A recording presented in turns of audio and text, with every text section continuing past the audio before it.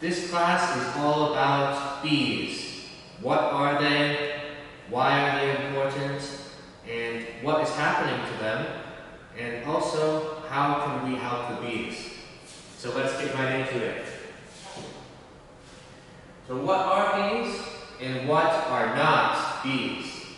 So day to day, you probably see lots of different bugs that fly around and have a stinger on their back, but not all of them are bees. One kind of bug that many people confuse with bees is a wasp. So these are bees right here, and this is a wasp. So the bees are a bit smaller, and they have more fur on them, and they're a little bit more stout. Wasps are bigger, a little bit thinner, and they don't have as much hair. They're very smooth. Okay? And they look similar, but they do different things, and they behave differently. So there are many different kinds of bees and many different kinds of wasps, but in general, it's only the honeybees that make honey. Most wasps do not make honey.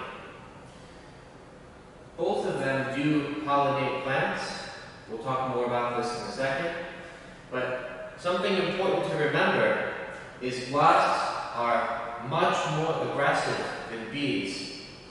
So a honeybee will actually die if it stings you, but a wasp can sting you many times and it's okay. Well, it's okay for the wasp, not for you, perhaps. So we need to be careful around both of them, but extra careful around the wasp. So how can we stay safe around bees and wasps? Number one is avoid sweet-smelling things. So maybe perfume or deodorant, or if you were eating something sweet like an apple, wash your hands and wash your face before you go outside and play. Because that can attract bees and wasps, because it's very delicious to them. And if you see the hive, the bee's home, stay far away from it. Don't throw rocks or do anything, just stay far away from it, and they will probably leave you alone. Even getting close, even if you don't touch it, that might scare the bees. They might think that they're in danger and attack. And if you see a bee flying around near you, don't swing your arms at it and try to hit it. Just stay calm. If it does land on you, then don't hit the bee and try not to move quickly. Just let it check you out, and it will probably just fly away. And if you do get attacked by bees, and there are many bees attacking you, you should cover your nose and mouth so that the bees can't get inside of it, and run inside of a building or a car and close the door and put the windows up, because they can't get in. So there are three big reasons why bees are very important. One is they make honey, two, they make wax, and three, they pollinate plants. So first, honey is delicious. It not only tastes really good, but natural honey has some health benefits. Two, bees wax. So in their homes, bees make a lot of this wax, and it's useful for a lot of things like skincare products and candles and other things. Last and most important is pollination. So the yellow stuff in the flowers is called pollen. Pollination is when the bees bring the pollen from one flower to a different flower. So bees go to flowers to get nectar. It's a really like a sweet drink that they like. And when they're on the flower, they have some of this pollen, this powder, on their body. And when they go to the next flower, they bring the pollen. And this helps flowering plants reproduce, which means for them to have babies, have offspring. So it's really important for all different kinds of plants to make new plants. Okay? So bees are very important for farmers because they're growing plants and that provides our food.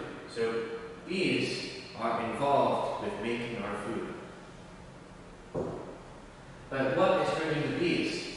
So in recent years, the number of bees has gone down a lot. But why is this happening?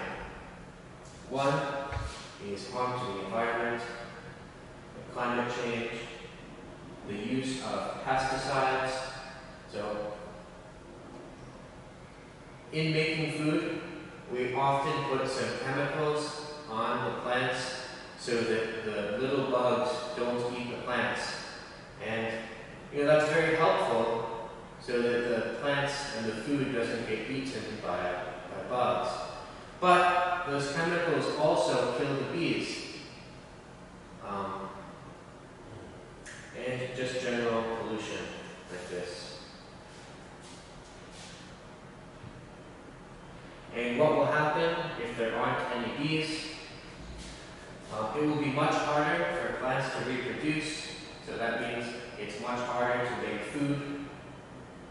About 75% of flowering plants are pollinated by pollinators like bees and butterflies. So most of the plants that have flowers, they need the help of bees.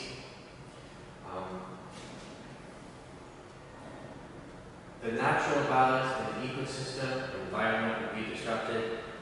There are things that eat bees, and bees play an important role in the ecosystem. So if they disappear, a lot of things will be affected.